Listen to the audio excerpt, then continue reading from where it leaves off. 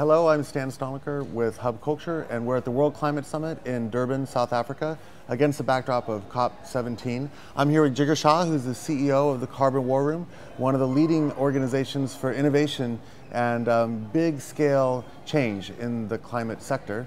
So Jigar, tell us what's up. How are you doing?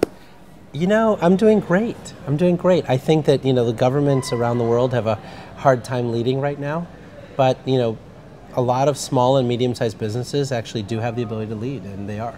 So when you talk about leadership, a lot of the discussion here is around this kind of gap between governments who are trying to negotiate rather unsuccessfully and businesses who are trying to innovate perhaps more successfully.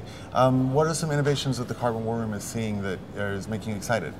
Well, we have had some tremendous success finding innovative approaches in shipping, in aviation, which is the big launch we're doing here, and energy efficiency for buildings. And so those are the three areas that we've seen first. And then the fourth one that we're watching very carefully and seeing a lot of innovation is energy access for the poor. Okay. And that one has huge ramifications around deforestation, as well as kerosene and diesel burning.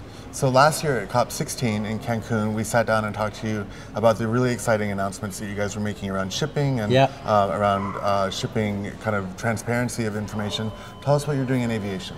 Well, aviation is very similar. What's happened is basically that Southwest Airlines basically made 90% of all their profits since 2003 on fuel hedging.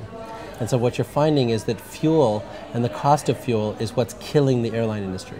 So they're actually willing to be the leaders on adopting renewable fuels before the diesel and gasoline folks do.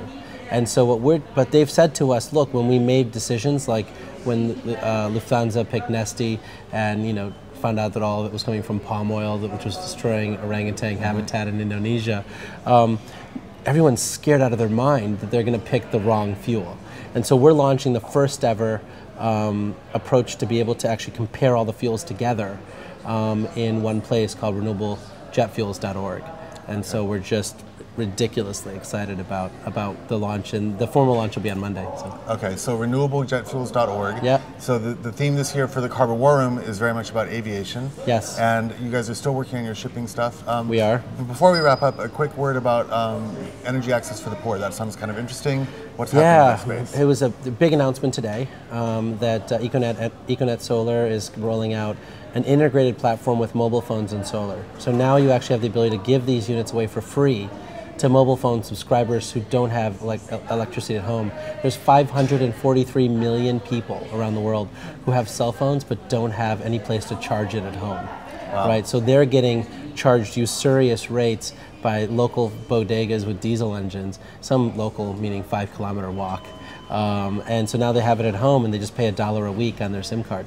It's groundbreaking, and you'll see that it'll actually do more to reduce energy poverty by 2020 than almost any other initiative around the world. That's amazing. That's great. So Jigar Shah from the Carbon War Room, and it's really great to hear about some of the good news that's happening in the climate space here at COP17 and the World Climate Summit.